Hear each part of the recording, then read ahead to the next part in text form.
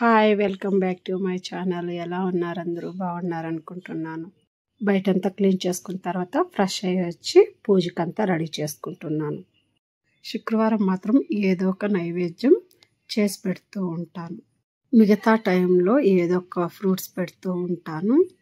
ఇక నేనైతే పెసరపప్పు బియ్యము కడిగేసి పెట్టేసి పూజ రూమ్ క్లీన్ చేసేదానికి వెళ్తున్నాను. ఇక సన్నమల్లులన్నీ నిన్నే రెడీ చేసి పెట్టాను. పూలన్నీ ఎత్తుకొని పోయి పూజ రూమ్లో పెడదామని చెప్పి రెడీ చేసుకుంటున్నాను. అలాగే కలశానికి తమలపాకులు కలశం రెడీ చేసుకుంటున్నాను.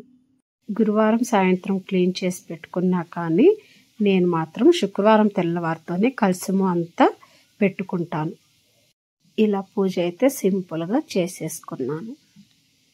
పూజ అయ్యాక గుడికి వెళ్ళేసి దీపాలు పెట్టేసుకొని వచ్చిన తర్వాత ఇక మధ్యాహ్నం వంటకి రెడీ చేసుకుంటున్నాను.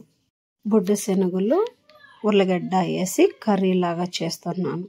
ఇక మిరప్పొడి అయిపోయింటే ఎండుమిరపకాయలే ఏం చేసి ఇంట్లోనే మిక్సీకి పట్టాను. కుక్కర్లోకి ఆయిల్ కొద్దిగా వేసుకొని శనగలు వేసుకున్నాను. ఇక దానికి కావాల్సిన మసాలా అంతా మిక్సీ పట్టుకునేదానికి రెడీ చేసి పెట్టుకున్నాను.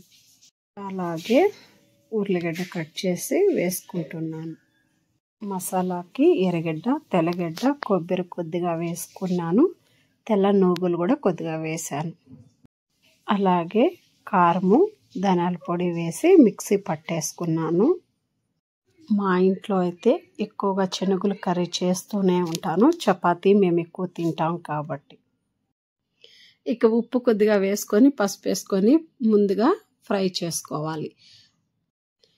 తర్వాత మిక్సీ పట్టుకున్న మసాలాని అందులోకి వేసి కొద్దిసేపు బాగా వేయించుకోవాలి.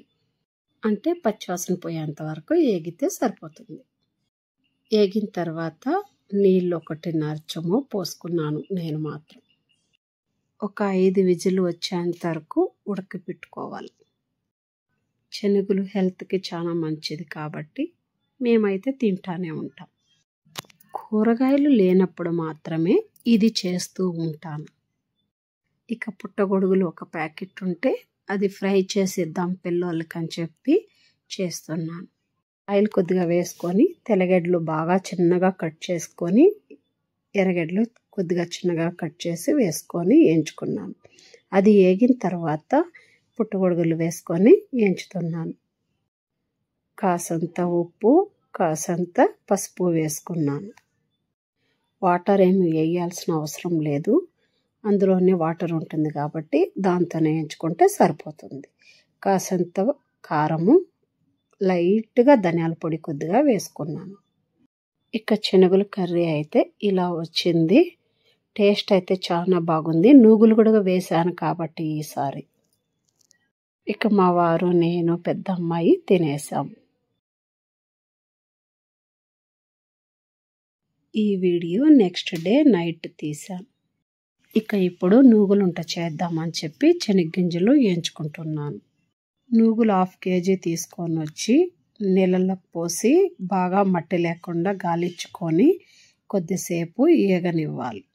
అందులో ఉన్న వాటర్ అంతా ఇంకిపోయే మాదిరిగా వేయించుకున్న తర్వాత ఒక బాటిల్లో స్టోర్ చేసి పెట్టుకోవాలి. ఇప్పుడు ముందే ఏగినా కానీ ఇప్పుడు లైట్గా ఉడికెక్కేంత వరకు వేయించుకోవాలి. ముందే శనగ్గింజలు వేయించుకున్నవి చల్లారిన తర్వాత పొట్టు తీసి పెట్టుకోవాలి. ఫస్ట్ ఒక రౌండ్ శనగ్గింజలు మిక్సీ పట్టుకోవాలి. మిక్సీ పట్టుకున్న శనగ్గింజల పొడి ఒక ప్లేట్లోకి తీసుకుంటున్నాను. శనగ్గింజలతో పాటు నూగులు వేసి మిక్సీ పట్టామంటే నూగులు సరిగా మెదగదు కాబట్టి ఫస్టే శనగ్గింజలు పొడి చేసి పెట్టుకోవాలి. ఇప్పుడు నూగులు కొద్దిగా వేసుకొని పొడి చేసుకోవాలి. నూగులు కొద్దిగా మెదిగిన తర్వాత శనగ్గింజల పొడి, బెల్లము వేసుకొని మిక్సీ పట్టుకోవాలి. మిక్సీ పట్టుకునేదంతా పెనంలోకి తీసుకుంటున్నాను. మిగిలిన నూగులు, శనగ్గింజలు, బెల్లము వేసుకొని పట్టేశాను. అంతా ఒక పెనంలోకి వేసుకున్న తర్వాత ఉంటలు పట్టుకోవడానికి నెయ్యి కొద్దిగా వేసుకుంటూ ఉంటలు పడుతున్నాను. నెయ్యి అయితే మన ఆప్షన్ అండి. కాళ్ళంటే వేసుకోవచ్చు, లేకపోయినా పర్వాలేదు.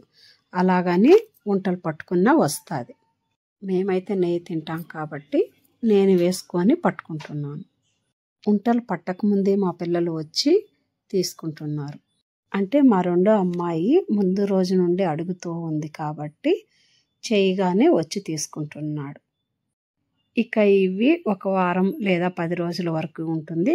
గ్లాస్ బాటిల్లో అయితే నేను పెట్టుకుంటున్నాను. మా ఇంట్లో అయితే వారం రోజులు ఎడా రాదండి, 2 డేస్లో అయిపోతుంది. ఈ వీడియో ఇక ఇంతేనండి. నెక్స్ట్ వీడియోలో కలుద్దాం. Thank you. మా వీడియో నచ్చినట్టయితే లైక్ చేసి సబ్స్క్రైబ్ చేసుకోండి.